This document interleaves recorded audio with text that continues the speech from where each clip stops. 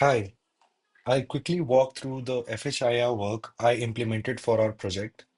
My contribution had three parts: backend FHIR generation, infrastructure to make the flow work end to end, and deployment so the API is publicly accessible over HTTPS. The goal of this work was to take our internal emergency triage output and convert it into a standards compliant FHIR message that could be shared with a hospital system. I expose this through two backend endpoints. The first one is build, and the second one is send. I'll start with build. This endpoint takes structured clinical input, including patient demographics, symptoms, vitals, the triage results, the selected hospital, and the ETA. When I execute it, the backend transforms that application specific JSON into a FHIR R4 message bundle.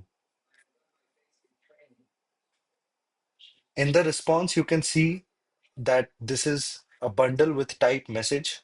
Inside that bundle, we create standard FHIR resources such as a message header, a patient, an encounter, a condition, and multiple observation resources for vitals like heart rate, oxygen saturation, and blood pressure. So the purpose of build is to answer the question, what exact FHIR payload would we send? It's effectively a dry run that lets us preview and validate the generated bundle without performing any external write. Now I'll show send.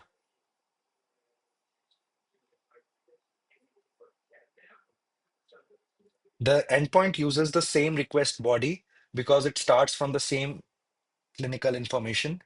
The difference is that after building the same FHIR bundle, it actually sends that bundle to our HAPI FHIR server.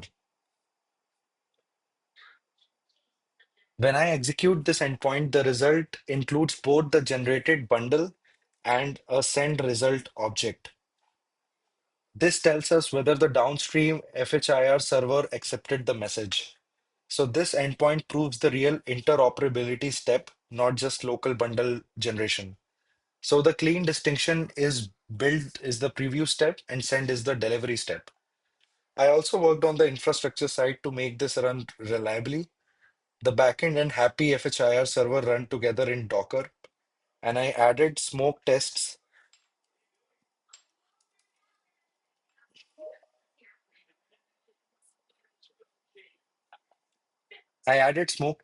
to verify the complete workflow end to end.